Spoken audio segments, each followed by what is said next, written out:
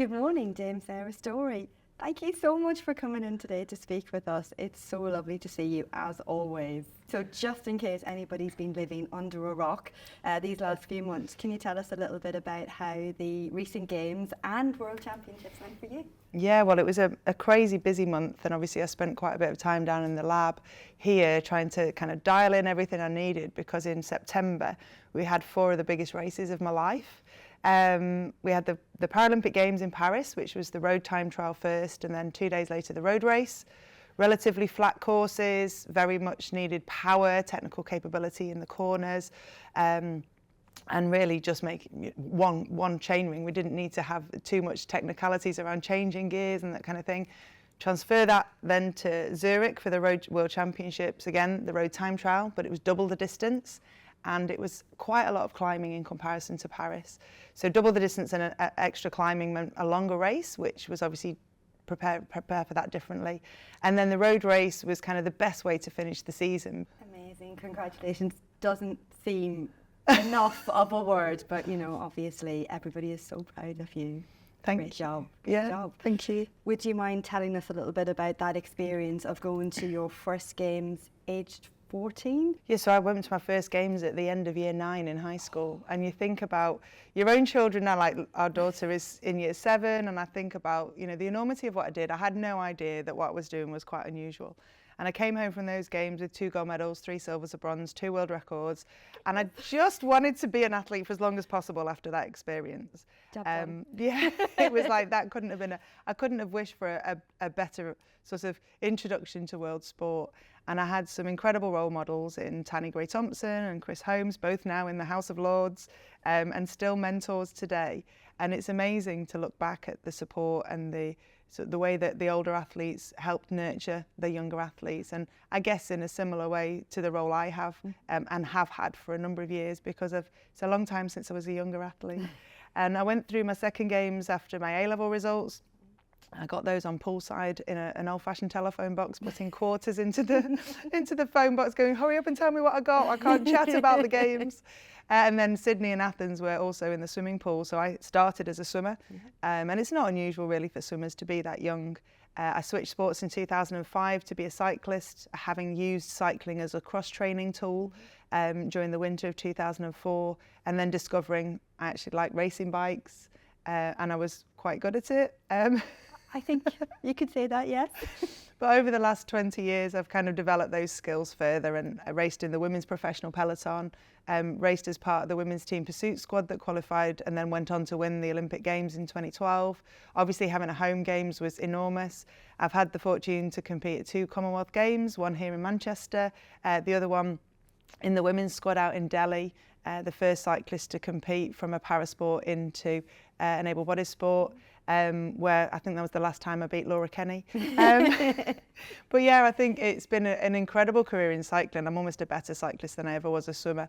And being able to continue to race and train as I've got older has been something that's really fascinated me. I've had 2 children. Our bodies really are quite remarkable.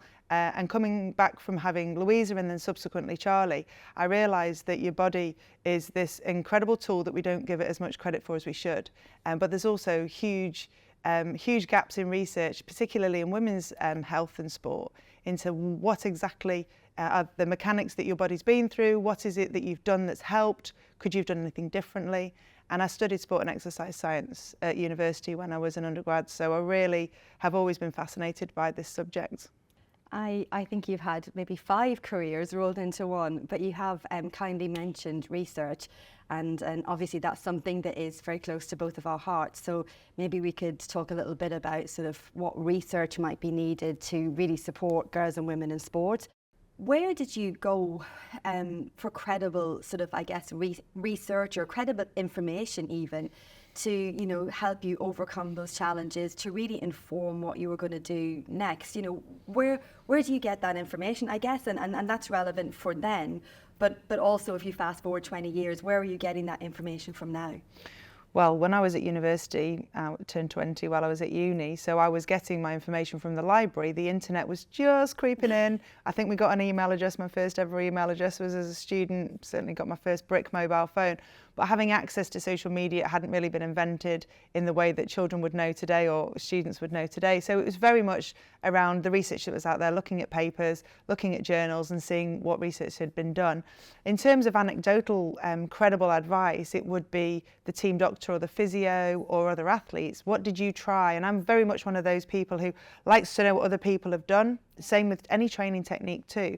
And then picking out what I think might work best for me. And I've done that throughout my career with training techniques as well. So I think now having the Centre of Excellence for Women in Sport creates that real focus for women and girls to say there's a credible source of information. Because whilst I had few options, and mainly from a library, which was probably quite a credible place to be, there's so many things that you could look into now with social media, with lots of different companies that claim they can help you balance your hormones or claim that if you wear this thing, it will enable you to track something. And then you've got an app that will tell you how you feel. And I'm like, oh, but surely I know how I feel. Why does the app know how I feel? Surely I input information into the app to help me remember how I feel so that then I can assess that myself. And I think it's very easy these days to forget that we are the human beings with the brain that knows and that we can make a really good judgment ourselves. And I'd really like to hope and think that I can be the role model who says to other young girls and women, you know yourself, very similar to the way we say to women in pregnancy, trust your body, trust your instinct. You know yourself better than an app.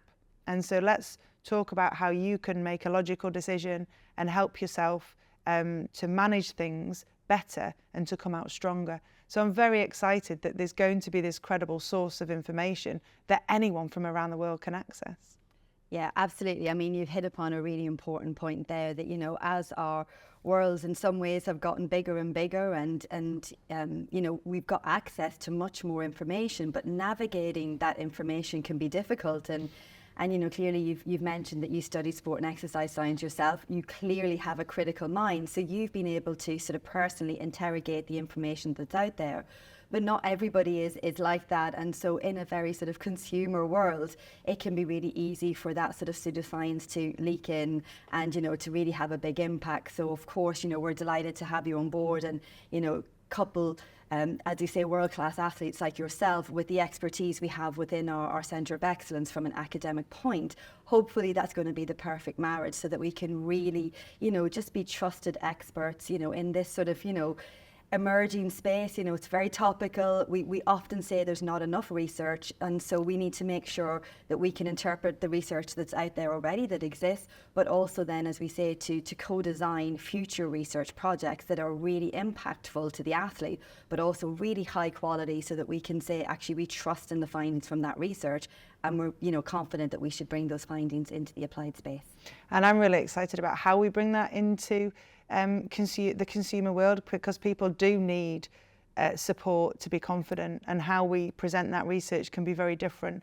A shopping list of options you can try before you do X, Y or Z that are backed by science, backed by, you know, a shopping list that you actually go to the supermarket and buy these foods because we've researched that they're more likely to help than those. I think that's something that has it seems so obvious, but it's not yet out there, and I'm really excited to see how we can bring that credible evidence to everybody.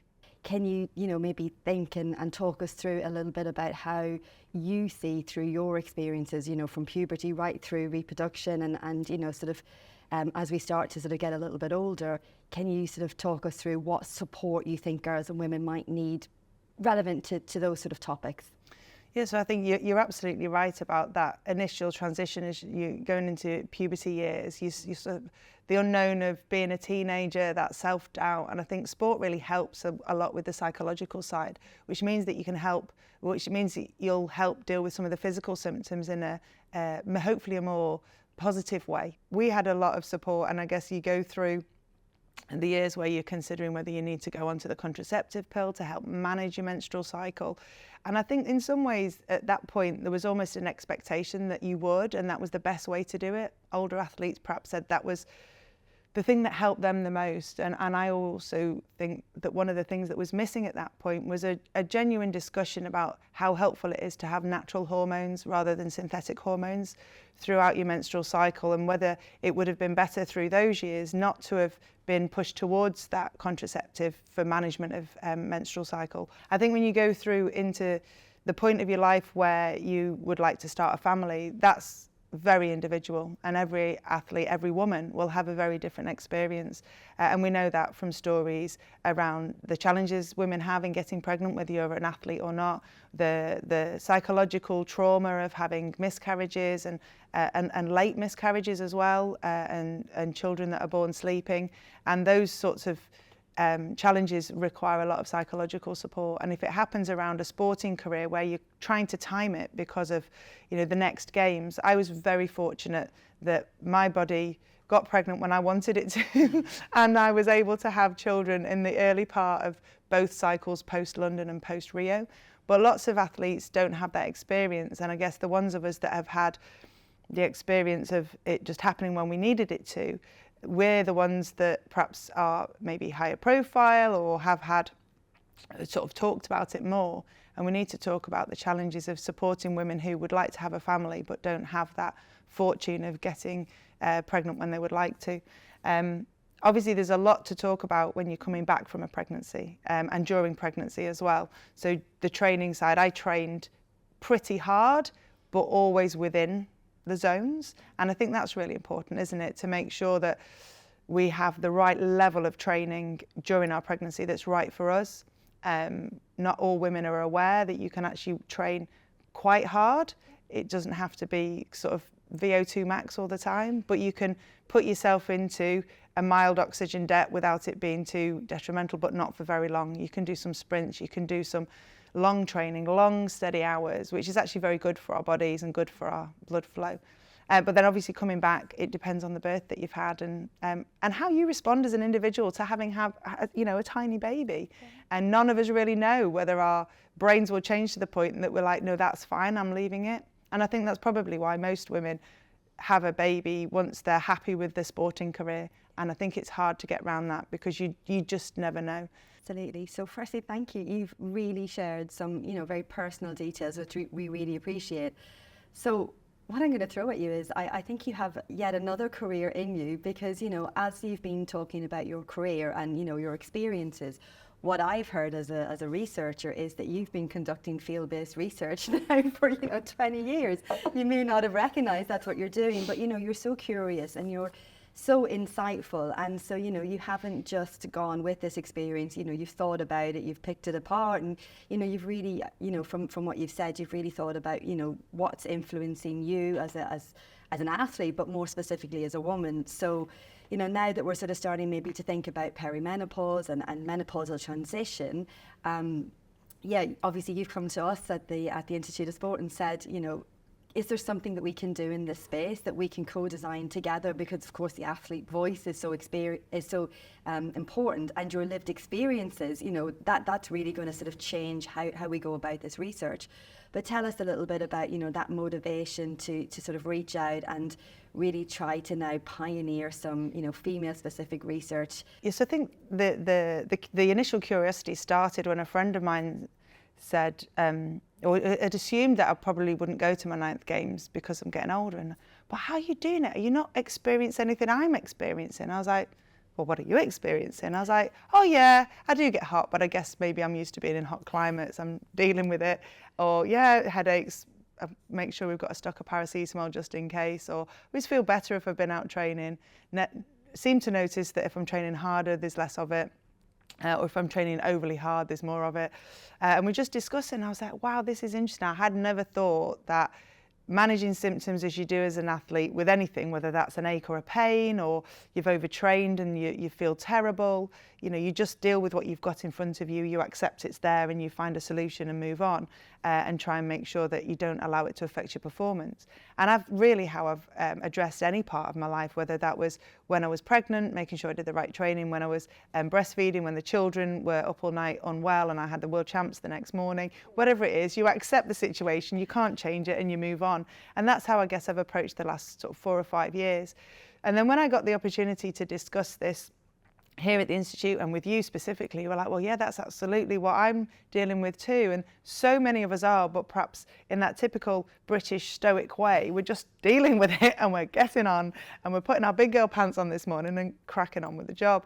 So maybe I thought there was something in that. And when I first asked the question, could we look into how we might find a study that was controlled or longitudinal or some field-based work, as you said, that might provide some of those options that are out there? Obviously, we've just launched the Centre of Excellence for Women in Sport, and you were already an ambassador for the Institute of Sport, but obviously I had to try and entice you over because obviously you speak so brilliantly to, you know, girls and women in sport and to supporting them. So obviously it was natural for me to ask you to come and sort of work with us specifically within the Centre of Excellence. And so I guess just more broadly, you know, thinking about some of the legacy for yourself and, you know, the amazing career you've had, but also for the, I guess, the future of the Centre of Excellence, what are the sort of main things that you would like for the centre and for your legacy to speak to in terms of sort of supporting women and girls in sport? What are the big ticket items that you'd like to see sort of us cover in the next few years? Well, I guess the first one is a personal one, because whilst I'm still racing and competing, I'm kind of a real life laboratory in my own right. So I can be used as I'm continuing to compete and train for however long that is, to make sure that we get the last of the data out of an international career, but also how that might translate into the next phase of somebody's life. You know, women are usually the ones that don't compete in their masters years. If you look across the general population and any sporting event, mass participation, the male entry is much, much bigger, you know, the age group entries in any sport. And I think it would be lovely to think that we could do something here that would have an impact globally, because that situation is the same around the world. Whether you go to the States or Australia, it's a lot more men competing as they get older and plus 45, plus 50. But I'd also like to think that what we're doing will impact the careers of younger women who are looking up and thinking, what's next for me? How much longer can I enjoy my time as an international athlete? Is there a point at which I can't go beyond that? And hopefully seeing myself and hopefully other athletes like me who've gone beyond 40, gone beyond 45, continuing to win medals and put in great performances and continuing to improve. I think that the data that we got from me in the lab here before the Games in Paris shows that I produced some of my best ever powers. Some of them are comparable to just before the Games in London and Rio, when I was arguably in my prime as a female cyclist. So that was really exciting. And to be able to provide a legacy to younger athletes, to not have to think there's a deadline on their career, it can be a choice that they have personally, and there's not somebody going to be closing the door on them once they reach 35. And then I think also just continuing to build that body of evidence to support women. I meet a lot of girls who say, oh, I loved sport at school, but when I got to university or when I was in my early 20s and started work, I stopped doing sport, I stopped exercising, and then I rediscovered it in my 30s and wished I hadn't wasted 10 years. And if we could learn the psychological challenges alongside the physiological challenges that need to be supported better in those formative years, hopefully we can build that base of female athletes in sport that will continue to see us dominating that Olympic and Paralympic medal table. Absolutely, why not? I mean, I know I'm a little bit biased because my area of research is around menstrual cycles and pregnancy and menopause. I've guided our conversation in, you know, the majority of our conversation in that way today, but I love that, you know, we've sort of finished on that bigger picture, because actually this, you know, the Centre of Excellence for Women in Sport is really well placed, because we have such a group of experts within, you know, our building, within the Institute of Sport, but also we had this, you know, global network, as you said, and really we're here, you know, hoping to be a go-to sort of global reference for, you know, women and girls in sport to come and speak with us, to work with us, to tell us about their challenges, just as you've done today, you know, and how we can ultimately help, because that's the thing. Obviously we can do research in universities and in labs, but unless we translate that, you know, into the field exactly as you've done, and also to listen to your, as I say, your own research, your own career. You thought you were cycling, I thought you were researching, but to bring that back in here and to learn from that, you know, that sort of two-way direction is so important. And, you know, we're just really lucky and, you know, to have you as an ambassador for the Institute of sport, but also to work so closely with the Centre of Excellence for Women in Sport. So Dame Sarah Storey, thank you so much for coming in today and for speaking to us on these topics. No, thank you for having me.